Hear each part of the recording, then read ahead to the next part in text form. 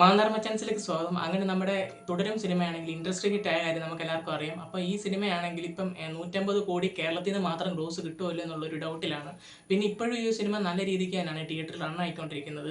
അതേപോലെ തന്നെ നമ്മുടെ ലാലേട്ടൻ്റെ ബർത്ത്ഡേ പ്രമാണിച്ചാണെങ്കിൽ മെയ് 21-നാണെങ്കിൽ ചോട്ട മുംബൈ റിലീസ് വെച്ചിട്ടുണ്ടായിരുന്നു. അപ്പം ഇത് ഇപ്പോഴും നല്ല രീതിക്ക് തന്നെ ഓടുന്നതുകൊണ്ട് ചോട്ട മുംബൈ മാറ്റി വെച്ചിരിക്കുകയാണ് റിലീസ്. അപ്പോൾ ഒന്ന് ആലോചിച്ചോണം ഈ സിനിമ കേരളത്തിൽ എത്രയും നല്ല ഡിമാൻഡോടാണ് ഇപ്പോൾ ഓടുന്നതെന്ന്.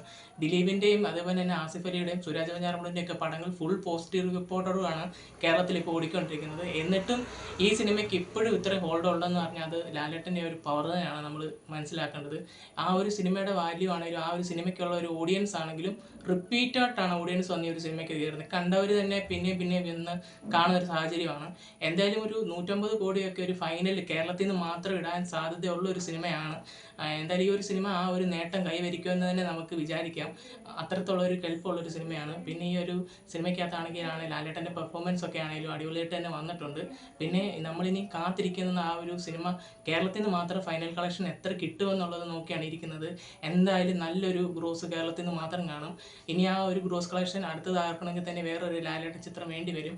എന്തായാലും നിങ്ങളുടെ ഒരു അഭിപ്രായത്തിൽ ഈ ഒരു സിനിമ കേരളത്തിൽ എത്ര കോടിയോളം ഗ്രോസ് ഫൈനൽ കളക്ഷൻ വീഡിയോ എന്നുള്ളത് നിങ്ങൾക്ക് ഒരു ഇതുണ്ടെങ്കിൽ നിങ്ങളൊന്ന് കമൻറ്റ് ചെയ്യുക.